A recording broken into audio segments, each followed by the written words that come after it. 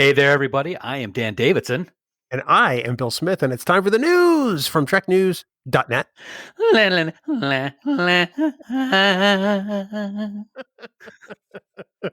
Spanning the Alpha Quad.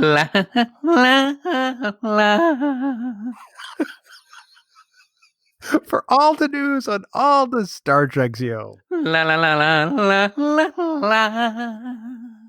It's faux Aaron Neville and TrekNews.net. Online at TrekNews.net. You didn't know I was going to do that. I had no idea. Every now and then, I figured there's no way you could astound me further, and yet here we are, just less than a minute into this podcast. So congratulations, buddy. And to the rest of you, welcome to the news from TrekNews.net, the Star Trek news podcast from Trek Geeks, bringing you all the Trek news in 15 minutes or less for the week of April 22nd, 2021. Actually, Bill, you know what? I don't. Before we get started, I just have to throw this out there. It's kind of a news story, but kind of not a news story. It's more like a memory story. But at the time, it was big news. And considering you have zero memory at all, this actually is breaking news. It is. The news from TrekNews.net. Did. Yes, it was actually, dude, you're not even going to believe this. It was 6 years ago, this very day, that you and I sat down, got behind our microphones, and may have had the most amazing conversation with one of the best Star Trek actors out there, Mr. Andrew J. Robinson. We recorded 6 years ago today. Oh, wow. That's amazing. It's amazing that I'm still bothering to do this show with you.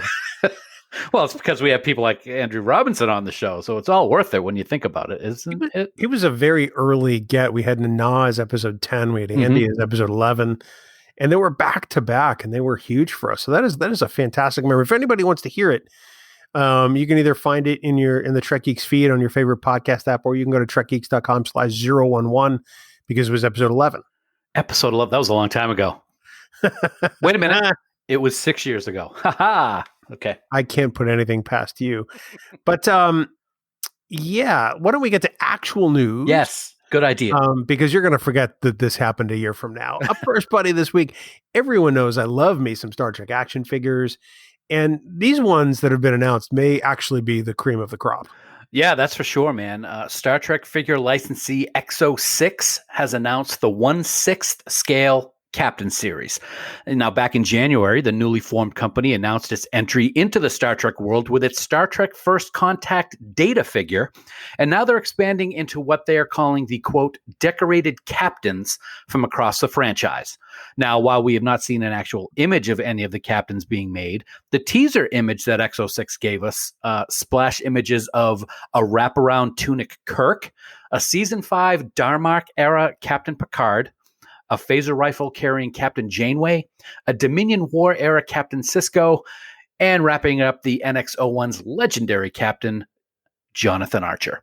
In addition, XO6 has stated that we can expect many companion crew from all the series to go alongside their captains, and they expect the first releases to be sometime in Q3 of 2021. But Bill, you got to save up your Quatloos because these are going to be expensive. The earlier mentioned data figure pre-order price has jumped up to $189, so they're not cheap. I'm sorry, did you say $189 US? Yes. That's US, not US. Sorry, I just had to throw a little toy reference in there. Well, no, just for those people listening internationally. Right. $189? I was very surprised when I saw that as well, yes. For an action figure? 1/6 scale. So that thing better be Brent Spiner shrunken down to 1/6 size. Like, for real. I mean, obviously it's a high quality collectible. I get it. You and I have talked in the past on Trek Geeks about how there need to be less high quality collectibles with a high price point and more average collectibles. And this does not fit that bill. No, not at all. Now, it's kind of disappointing that we don't have an actual image yet, but you know, maybe we're going to be blown away when we see these things, and they're going to be like absolute perfection and look like exact replicas of these characters, all the way down to skin tone and everything. But yeah, that's a lot of money to be putting stuff in a case that's just going to stand over there. Well, I mean, some of the Art Asylum figures, I think it was Art Asylum who did the Enterprise figures, were exceptionally good. Mm-hmm. Some of the other ones that have come out, I think from McFarlane over the years, some of the one-offs have been amazing. Yep. I have a hard time justifying $189. I think that's a little crazy, quite frankly. And yes, this is the news, but I'm going to tell you how I feel about it. And there's no way I think I've seen some of the art for some of these figures, and they look amazing, but I don't think they're $189 amazing. Yeah, that's going to be hard to get the okay from the missus, I'm thinking. Anyway. Not going to see those at the discount bin at the Walmart, are you? I don't think so, no. Moving on, Dan, and sticking with the new Star Trek merchandise, specifically Trek figures, another new product is about to hit shelves, and this will be an army of new figures, so to speak. There you go. I like the play on words, and this will be more in our price range, I think, also. Well put. Any of you that are our age will remember the buckets full of little green plastic toy soldiers back in the day. Well, now we have something similar Star Trek style. Announced last year before the pandemic shut everything down, Nanoforce is set to release the first Star Trek Army Builder collector sets of 2-inch figures. Now, the first two sets are Star Trek The Original Series and Star Trek The Next Generation, with crew and aliens molded in Starfleet colors and the majestic USS Enterprise of their respective timelines in Battleship Gray. I gotta say, man, they look pretty awesome. For the TOS version, you're gonna get Kirk, Spock, McCoy, Scotty, Sulu, and Uhura, along with the Gorn, a Telosian, an Andorian, the Salt Vampire, very cool, a Romulan, and a Klingon. The TNG set is going to include Picard, Riker, Data, LaForge, Worf, Dr. Crusher, and Councilor Troy, along with a Klingon, a Cardassian, a Romulan, a Borg drone, and of course, Q. Now, each set's going to run you $24.95, and they should start beaming into stores and online retailers this summer. And I got to say, man, the colors are what really grabbed me with these figures. Those familiar, bold red, yellow, and blues really pops. I never had a set of the Green Army Men when I was a kid, but I guarantee you I'm going to have these. Oh, I did, and I loved them. Yeah. Here's the thing I think they're missing the boat on, though. I love this product. I love this price point. They need a companion bag of red shirts for like $3.99 that comes with like 100 express biodegradable figures that will disintegrate, over time because they're red shirts. That's hysterical. Very nice. Very nice. Now, I will say one thing I didn't say in the initial announcement is they have said that because they only had so much room for some of the characters, the first set of TOS does not include Chekhov, which I'm sure you're very disappointed about. That's right. But it will be included in a future set, they said. So, but yeah, they look pretty cool. And I'm glad that the packaging of these look really cool. And I'm looking forward to adding them to my collection of Star Trek toys. I will too. I can't wait to set them up on my cubicle. If there were like a literal army of them, I would like stage entire battles or landing parties, depending on how you want to do it. Not going to get much work done. Well, some might argue that doesn't happen anyway. And finally, Dan, that brings us to the biggest thing of the week. That's the story that piques our interest the most in this week. That honor goes to Star Trek The Next Generation alumnus Michael Dorn, even if it wasn't what he wanted us all to think it was.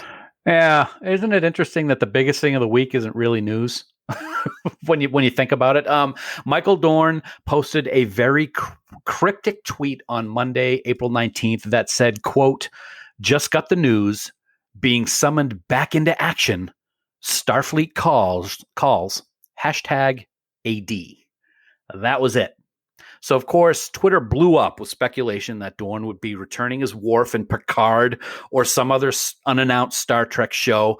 And Bill, not only did it kind of backfire, but it also did exactly what he wanted it to do, which was cause a lot of discussion. That was the plan. Yeah, absolutely. Here's the thing, though. You read it as #AD. And it should have been read as #ad. Because nobody in the Twitter sphere, with the exception of a minority of people, recognized that it was an ad for a licensed product. Mm-hmm. If he had left that off, I would have said he's probably coming back to one of the shows, but he would have already been in violation of his NDA. Right. By saying, "I'm coming back." Yes. Just ask Jonathan Frakes how that goes. Right. Yeah. I love his t-shirt that he wore at a convention. Now, anybody who knows Star Trek and how things work and announcements knows that nothing's going to be announced unless it comes through the proper channels. So, and that's CBS. Exactly. And that didn't happen here. So it was not an official show. There have been updates since that tweet came out, Bill Monday. Or Monday, Bill, I should say. And it seems that Dorn will be doing some voiceover work for the Star Trek game, Star Trek Legends, over on Apple Arcade, which you may remember we talked about last week. I love it. It's not your cup of tea, but I've been having a blast. Worf was my first character. He's already, I can't even remember what level he's at. But the second message that he posted had some video imagery of Worf calling out a distress signal from the USS Artemis, which is the ship in Star Trek Legends. So I'm excited about it because I'm loving the game. But yeah, he caused a whole lot of speculation for several days, which kind of went a little crazy. Well, and let's be honest, it was probably whomever runs Michael Dorn's social media now, in concert with the company that makes Star Trek Legends. Right. Because the idea was, let's spin people up, let's make them think, let's get them interested in the game. Like you said, it did exactly what he and they thought it would do. But there were a whole bunch of people really thinking that he was going to be on Picard, even though they didn't realize it was an ad. Right. Is it a failure? Yes and no. Was it good social media? I don't think so. Yeah. It's interesting that second one that he tweeted out the video of this Worf calling out distress signal. There was nothing in that except the video, but then he added to that with the hashtag ad. So I guess he forgot to do it the first time. I don't know, but yeah, for me, great. There's a lot of good things in this game. I talked about how much I liked it last week. There's not a lot of cutscenes, if any, that I've seen really yet. So if they're going to start adding some cutscenes and maybe getting some other Star Trek people to do voiceovers, that'll be kind of cool. It'll add to the fun of the game. I just got conned today, by the way, so I'm very excited about that. I think their initial strategy was good. They wanted to drum up interest. Mm-hmm. Had they included an image with the tweet and the ad hashtag, I think it would have gone a long way to people not jumping to the conclusion that it was Worf, because people want to see the rest of the next gen cast appear in Star Trek Picard at some point. Right. It's interesting to me that not only were people going crazy that, oh my God, he's going to be in Picard, which we talked about was not going to be the case. There were some people that were even speculating that this was kind of the pre-announcement to the often talked about but never going to happen Captain Worf series. And that was just the eye roll moments when I was reading those responses on the Twitterverse. Yeah, and I'm glad I missed those, because I would have done the same thing. It would have been hard to really not start typing behind my keyboard, so I'm glad I missed it. Ultimately, it's good to see Michael Dorn inhabiting Worf in some form. Mm-hmm. Don't get me wrong. I think at some point we'll see him on Picard. We may even get surprised this season and get a glimpse. Who knows? Right. But it's just not going to be announced this way. Yeah, absolutely. Now, we saw last season when Jonathan Marina were on set doing their episode. He was there. They had a behind the scenes image of all of them together. So he's definitely still involved with his friends from TNG and was there and maybe trying to drum up support for having them come back. So will it happen? Could it happen? I should say. Absolutely could happen. Will it happen? I guess only time will tell. But I will say it is good to hear the voice, because his voice is very distinct as Worf. It's not his regular speaking voice. So that video image that they had, it was kind of cool to see and hear that again. And I look forward to what comes next. Well, and in that same BTS issue, LeVar Burton was, or photo. I mean, right. LeVar Burton was in that photo as well. So who knows? We could see Geordi, we could see Worf. We may not see either of them, and that's fine. Right. Absolutely. Because it's Picard. It's not TNG. That's exactly it. Well, buddy, that's going to do it for the news from TrekNews.net for the week of April 22nd, 2021. Remember, for all the news on all the Star Trek show, but not necessarily all the Aaron Neville, please visit our great friends at TrekNews.net. Have a great week, everybody. Live long and prosper. And coconut.